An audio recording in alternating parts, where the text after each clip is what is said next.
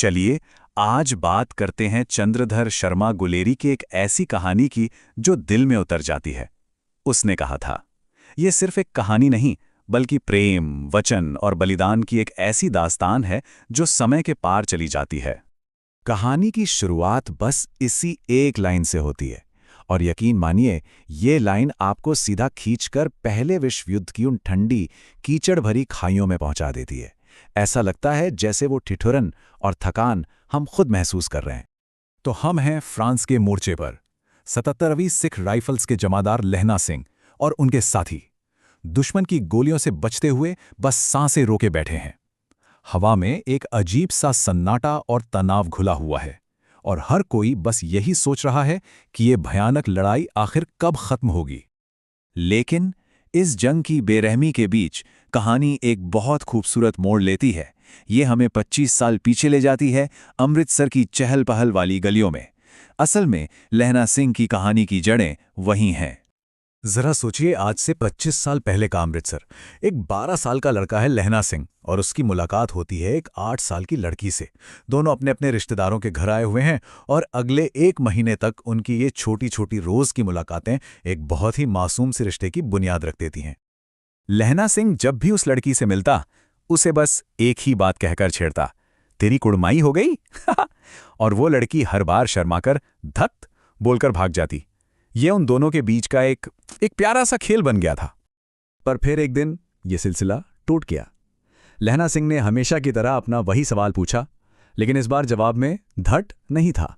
इस बार जवाब कुछ और था। इस बार लड़की ने पलट कर कहा, हाँ हो गई, और अपने रेशम के फूलों वाले दुपट्टे की तरफ इशारा किया। बस उसी एक पल में लहना सिंह की पूरी दुनिया ही उजड़ गई। उसका दिल टूट गया और उस दिन वो गुस्से और मायूसी में न जाने क्या क्या करता हुआ घर लौटा। खैर, 25 साल बीत चुके हैं। अमृतसर की वो मीठी यादें अब खंदक की कड़वी सच्चाई के सामने धुंधली पड़ गई हैं और यहां लहना सिंह के सामने एक बिल्कुल नई चुनौती है, एक ऐसा धोखा जो जानलेवा साबित हो सकता है। होता यह है कि एक रात उनके ब्रिटिश ऑफिसर लेफ्टिनेंट साहब खंदक में आते हैं, लेकिन लहना सिंह को फौरन कुछ खटकता है। अरे, साहब उसे सिगरेट दे रहे हैं, जबकि उन्हें पता है कि सिख तंबाकू को हाथ नहीं लगाते। उनकी उर्दू भी कुछ ज्यादा ही साफ और किताबी लग रही थी, और तो और वो साथ में किए शिकार की पुरानी बातें भी भूल रहे थे। तो लहना सिंह इन छोटी छोटी गलतियों को एक साथ जोड़ता है। सिगरेट, भाषा, भूली हुई यादें। उसकी पैनी नजर फौरन समझ जाती है कि ये असली लेफ्टिनेंट साहब हो ही नहीं सकते। ये तो कोई जर्मन जासूस है जो उन पर एक बड़े हमले की फिराक में है। और बस यहीं से कहानी पूरी तरह पलट जाती है। अब लहना सिंह को सिर्फ अपनी ही जान नहीं बचानी, उसे अपने साथियों को भी बचाना है। लेकिन उसके इस हौसले के पीछे एक बहुत गहरा, एक बहुत ही निजी कारण भी छिपा हुआ है। हालात कितने खतरनाक थे इसका अंदाजा इसी बात से लगा लीजिए।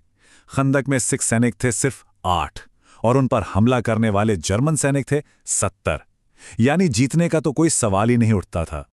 लेकिन लहना सिंह और उसके साथी हार मानने वालों में से कहां थे। वो इस यकीन के साथ लड़े कि एक अकालिया सिख 1.25 लाख के बराबर होता है। यह सिर्फ कोई कहावत नहीं थी, ये उनकी हिम्मत का, उनके जज्बे का ऐलान था। लड़ाई बहुत भयानक थी। लहना सिंह की पसली में एक गोली आ लगती है, लेकिन वो उस घाव पर गीली मिट्टी लगाकर लड़ता रहता है। और इस पूरी मारकाट और अफरा-तफरी के बीच वो एक ही चीज पक्की करता है कि उसके सूबेदार हजारा सिंह और उनका बेटा बोधा सिंह हर हाल में सुरक्षित रहें। लेकिन यहां एक सवाल उठता है, आखिर लहना सिंह ने अपनी जान की परवाह ना करके सूबेदार और उसके बेटे को क्यों बचाया? इसका जवाब अतीत में छिपा है, एक वादे में।